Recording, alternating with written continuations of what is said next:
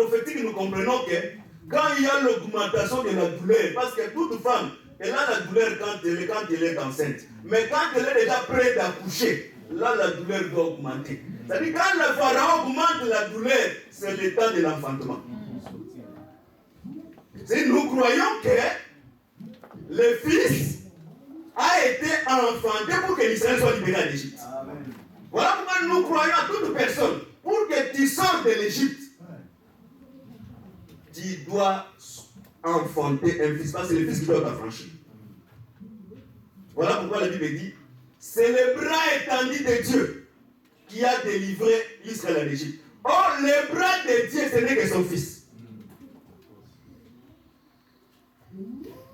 Qui est la main droite de Dieu. La droite comme étant la force. C'est-à-dire Christ, c'était la force pour délivrer les enfants d'Israël en Égypte. Voilà pourquoi nous disons. Pour quitter l'Égypte, tu peux voir le miracle. Mais le pharaon ne libère pas à cause des miracles. Tu peux faire des prières. Le pharaon ne libère pas à cause des prières. Mais pour être délivré, il faut manger l'agneau pascal. Amen. C'est la parole qui nous libère de l'Égypte pour nous introduire maintenant dans un nouvel processus. On ne peut pas prier si on n'est pas d'accord. Israël n'a jamais prié en Égypte. L'Israël n'a jamais chanté en Égypte. Pour commencer à prier, à chanter, il faut traverser. Voilà pourquoi la prière de quelqu'un qui n'écoute pas la loi de Dieu, c'est une abomination devant Dieu. Amen. Ça, ce n'est pas moi, c'est l'écriture. Tu diras, bon, quand je priais là-bas, c'était quoi? Moi, je respecte les écritures. L'écriture dit que la prière de celui qui n'écoute pas la loi de Dieu, c'est une abomination. C'est-à-dire, pour que Dieu écoute ta prière, il faut que tu écoutes la loi de Dieu. Amen.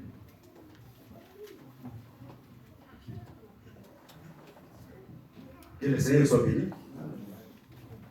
Maintenant, quand ils sont sortis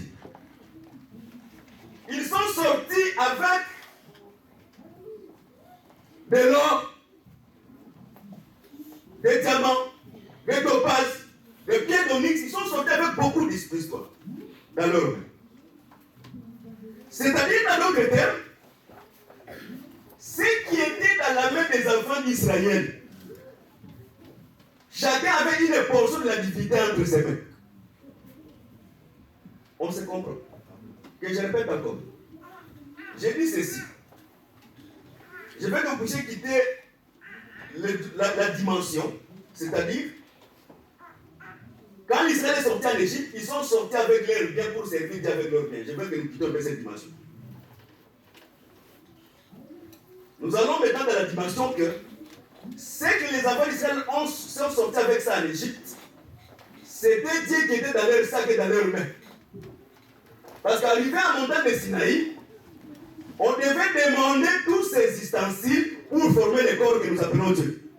Est-ce qu'on se comprend maintenant? Je peux maintenant avancer. Que le Seigneur bénisse. Le téléphone ici appelle à cette heure, je ne sais pas. C'est-à-dire, celui qui était la main des enfants d'Israël, c'était Dieu. Mais pour que cet Dieu soit révélé, il faut que l'Israël marche pendant 3 mois. Moïse était retrouvé après 3 mois. Est-ce qu'on se comprend? Après 3 mois, Moïse était révélé. Moïse était caché dans les eaux, mais après 3 mois, Moïse était révélé. De la même manière, pour que la montagne de Sinaï soit révélée, il faut que l'Israël marche pendant 3 mois. Arrivé le 3e mois, maintenant Dieu doit être révélé. C'est là où nous avons dit, je commence maintenant à expliquer tout ce que d'autres choses que j'avais dit. C'est là qu'on avait dit que sous le ciel, c'est tout un homme. C'est-à-dire, dans la montagne de Sinaï, la Bible dit, le ciel lui-même était descendu dans la montagne de Sinaï. Mais en regardant comme ça, quand tu regardes le ciel ici, il est resté. Mais la Bible dit ceci, c'est lui qui était descendu dans la montagne de Sinaï, c'était le ciel lui-même dans sa vérité. Comme c'était le ciel, pour savoir que c'était le ciel qui était dans la montagne de Sinaï, voilà pourquoi il devait avoir des tonnerres, des éclairs, Parce que les cieux, quand on veut voir le tonnerre, on doit le voir le tonnerre dans les cieux. Quand on veut voir les éclairs, on doit voir les éclairs dans les cieux. Mais comme lui-même, les cieux, quand il est descendu dans la montagne, voilà pourquoi dans la montagne de Sinaï, il devait avoir les tonnerres, les éclairs, parce que les cieux lui-même est descendu sur la montagne. Quels en bénissent.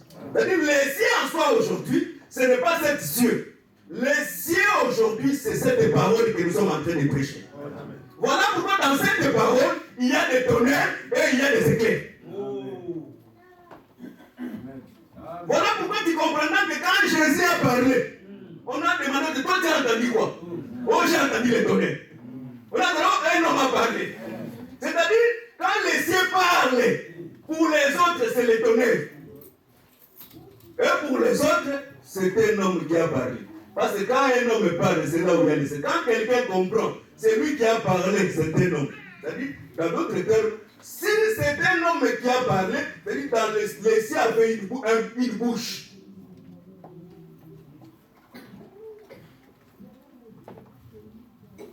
Que le Seigneur bénisse.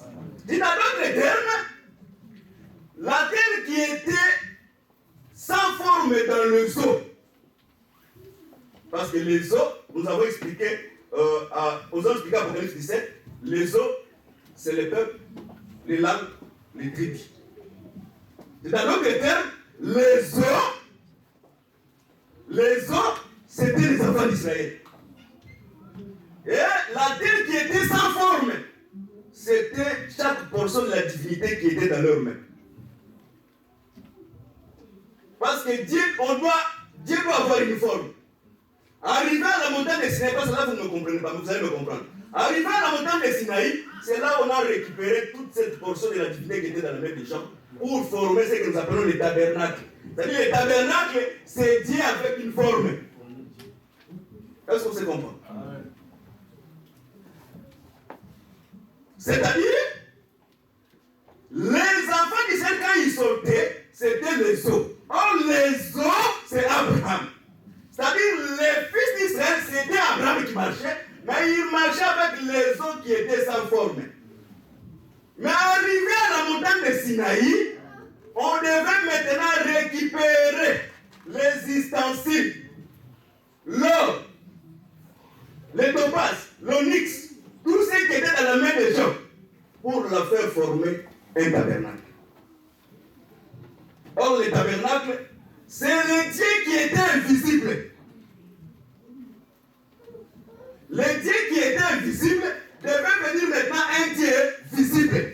Parce qu'aujourd'hui, le Dieu que nous prêchons, c'est un Dieu invisible. Mais demain, nous le verrons comme ça. C'est ce que nous appelons le mystère de la piété grand.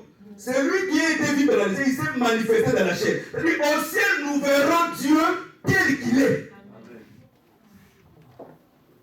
Voilà pourquoi, tel que nous marchons aujourd'hui, chacun de nous marche avec une portion de la divinité.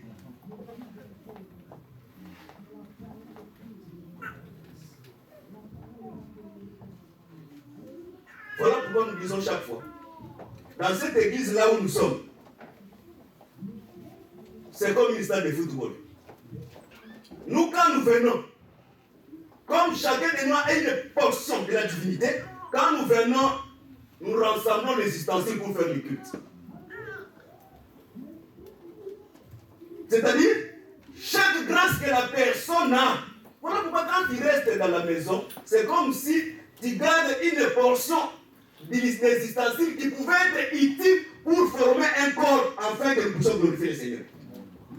Maintenant, quand toi tu restes à la maison, tu prends cet ustensile qui servait l'édification du corps de Christ, toi tu es resté avec ça à la maison. Voilà pourquoi nous disons chaque fois, il y a une très grande différence entre un malade qui est dans la piscine et un malade qui n'est pas dans la piscine. Parce qu'un malade qui est dans la piscine, même s'il n'est pas guéri par l'ange du premier jour, l'ange du deuxième jour va le... Même s'il rate l'ange du deuxième, l'ange du troisième jour, si l'ange du quatrième jour, mais si tu restes de la maison, parce que les piscines de Bethsaïda, c'est là où il y a les 5 portiques. Les 5 portiques n'est que l'explication des 5 grâces du ministère. C'est-à-dire là où il y a le ministère, il y a l'espérance de la guérison. dit que dans notre église, il n'y a pas de ministre. Parce que s'il n'y a pas aussi le ministre, on peut aussi réunir les gens et baptiser les gens. C'est biblique. Lisez le frère Philippe à Samarie. Il a fait des miracles, il a réuni des gens. Il a aussi baptisé. Mais c'est que les gens n'ont pas reçu le Saint-Esprit. C'est-à-dire, en d'autres termes, le ministre, c'est le porteur du Saint-Esprit. Là où il n'y a pas le ministère, il n'y a pas aussi le Saint-Esprit. Même si vous dites chabrabra, à Samarie, le magicien le plus renommé s'est converti. Il a laissé, le magicien, c'est lui qui faisait trembler toute la Samarie. Philippe, qui n'était qu'un frère. Voilà pourquoi nous croyons qu'un frère peut exercer aussi les dons de miracles. Un frère peut exercer aussi les dons de dans cet enseignement, un frère peut aussi baptiser. Commencez aussi l'église. Que nous puissions entendre là-bas, les frères, ils font cela. Mais pour qu'il y ait le Saint, parce que le salut, c'est le Saint-Esprit. Pour qu'il y ait le Saint-Esprit, il faut que les envoyés, il faut que la bouche autorisée ouvre sa bouche.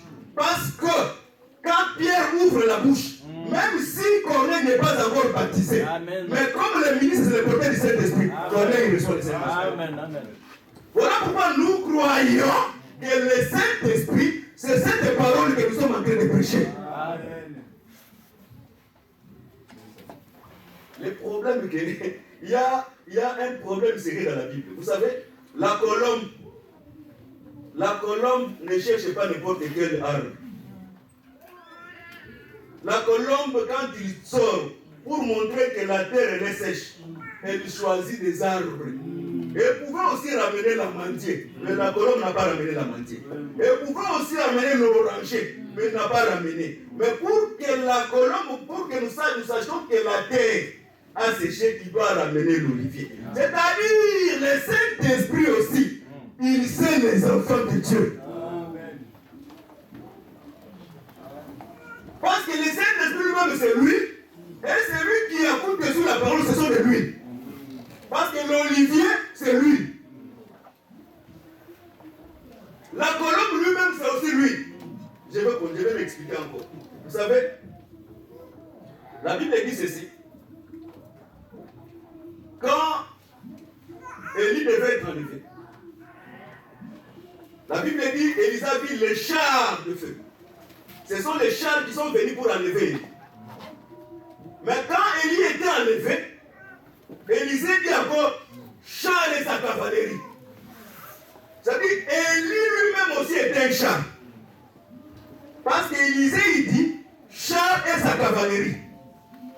C'est-à-dire un char ne vient aussi pour enlever un autre char.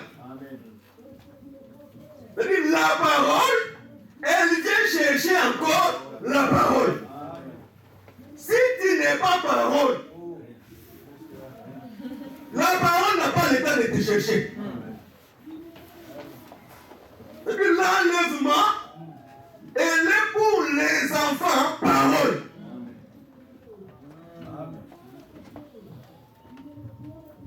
Que les saints bénissent.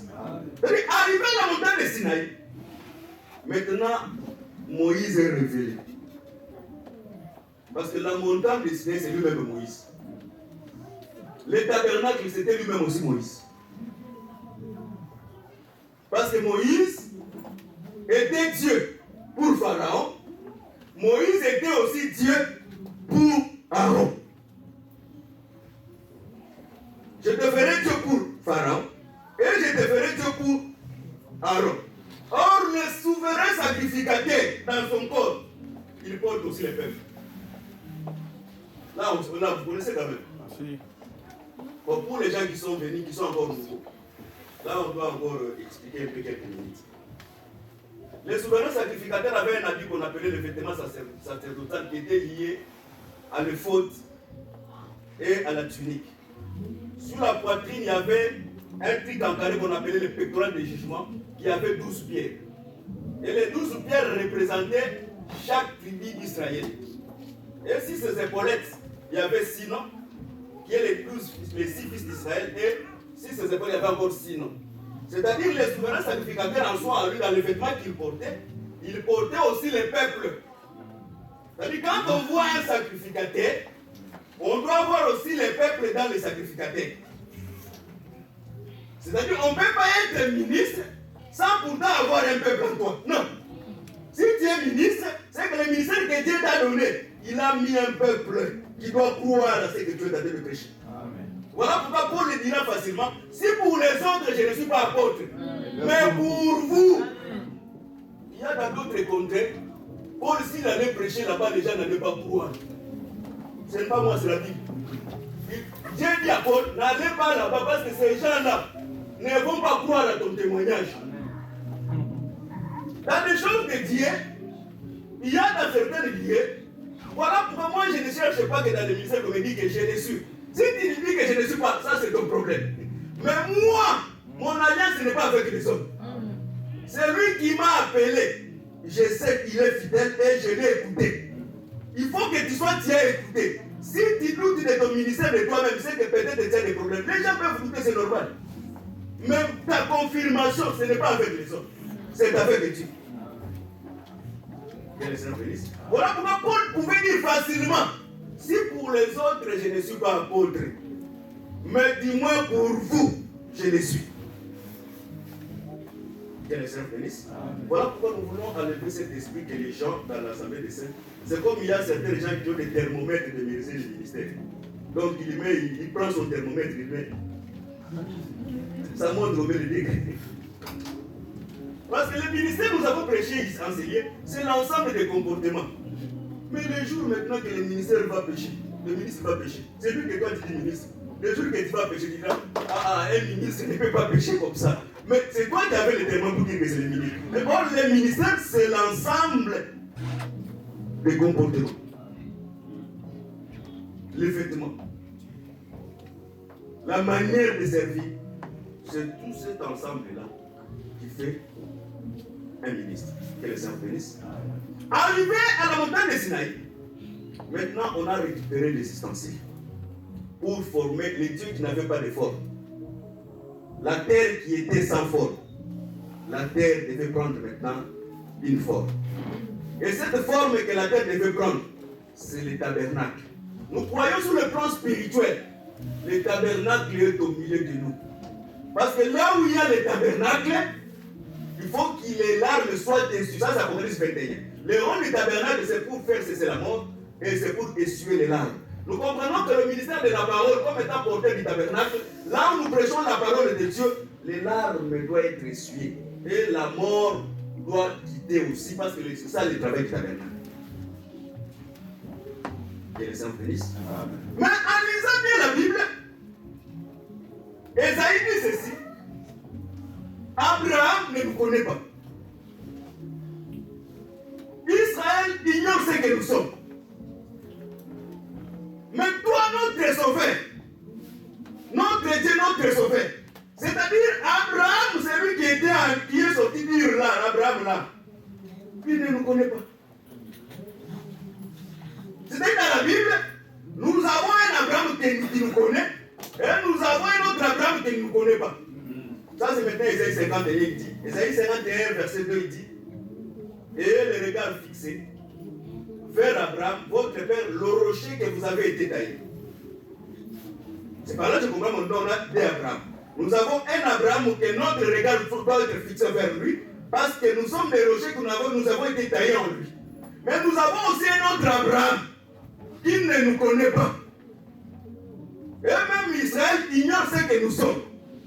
Mais notre sauveur, notre Dieu, il nous connaissait depuis l'éternité. Que les saints bénissent. C'est par là que je comprends que dans la Bible, il y a un Abraham qui ne nous connaît pas, mais il y a aussi un autre Abraham, parce que Dieu a dit c'est ça Abraham. Nous allons continuer, je ne sais pas bien le mardi, bien le jeudi. Dieu a dit c'est Abraham, toutes les nations de la terre seront brûlées encore. Dieu a dit à Abraham, tu seras le père de la multitude. Mais le vrai Abraham, quand il est venu pour expliquer la multitude, il a dit, si les graines de blé ne tombent et ne meurent, ne produira pas beaucoup de fruits. C'est-à-dire pour que les graines de blé puissent produire beaucoup, il faut que les graines de blé tombent, ça c'est Jean 12, tombent, et dans la résurrection, c'est là où les graines se multiplient. Or, Abraham, c'est lui qui est sorti dire, cette prophétie, quand cette prophétie devait s'accomplir dans sa vie, quand il est mort, le séjour des morts l'a arrêté. C'est-à-dire toutes les graines qui ont été semées, aucun des graines n'a passé par la résurrection. La seule graine qui a été sémée et ça traversait la résurrection, c'était le Seigneur Jésus-Christ. Et nous comprenons que le vrai Abraham, le père de la multitude, c'est le Seigneur Jésus-Christ. Et après sa mort, quand il est ressuscité, nous sommes devenus aussi fils d'Abraham. En étant fils d'Abraham, voilà pourquoi aujourd'hui, nous avons accès à toutes les promesses que Dieu a fait à Abraham. Amen. Vous savez, je vais me limiter ici à cause du temps parce qu'on a encore quoi faire. Vous savez, il y a certaines choses, nous pouvons demander en suppliant. Vous savez, quand tu sais que la chose ne t'appartient pas, quand tu veux demander à son propriétaire, tu demandes en suppliant. Mais si tu sais que la chose te revient droit, tu ne demandes pas en suppliant parce que ça te revient au droit. Il y a certaines choses, nous devons prier en demandant ce qui nous appartient. Non en suppliant. Il y a des choses dont on doit supplier. Mais il y a certaines choses, l'héritage, quand un héritier il a déjà atteint un âge mature, son héritage, la Bible est très claire que l'héritier aussi longtemps qu'il est un enfant. Il est sous-tuteur, il est semblable à un esclave. Mais quand il devient grand, devenir grand c'est quoi? C'est avoir des barbes blancs. Okay. Devenir grand c'est avoir des cheveux, beaucoup de cheveux blancs dans la tête. Devenir grand c'est-à-dire c'est avoir un âge vraiment très avancé. Or, nous avons compris que devenir grand ce n'est pas ça. Devenir grand c'est avoir l'ancien des jours le Saint-Esprit dans ta vie. C'est-à-dire celui qui a le Saint-Esprit, c'est celui qui est grand.